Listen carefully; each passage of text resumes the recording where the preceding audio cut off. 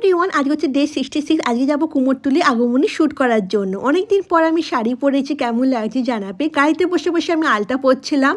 আলতা পরার পর হাতটা খুবই কিউট লাগছিল। তারপর সপ্তদীপা কল করে আমাদের রুট বোঝাচ্ছিল, আমি রুট খুঁজে পাচ্ছিলাম না। তারপর আমরা চলে গেছিলাম কুমোরটুলিতে। তারপর এটা হলো সপ্তদীপা, ইনি হচ্ছে আমাদের আজকে ক্যামেরাম্যান। কুমোরটুলিতে খুবই ভিড় ছিল, আর দুদিন পর হচ্ছে মহালয়া। তারপর আমি তো শ্যুট শেষ করে একদম হাঁপিয়ে গেছিলাম। তারপর একটু আখের রস খেয়ে গঙ্গার ধারে চলে গেলাম ঠান্ডা ঠান্ডা হাওয়া খাওয়ার জন্য।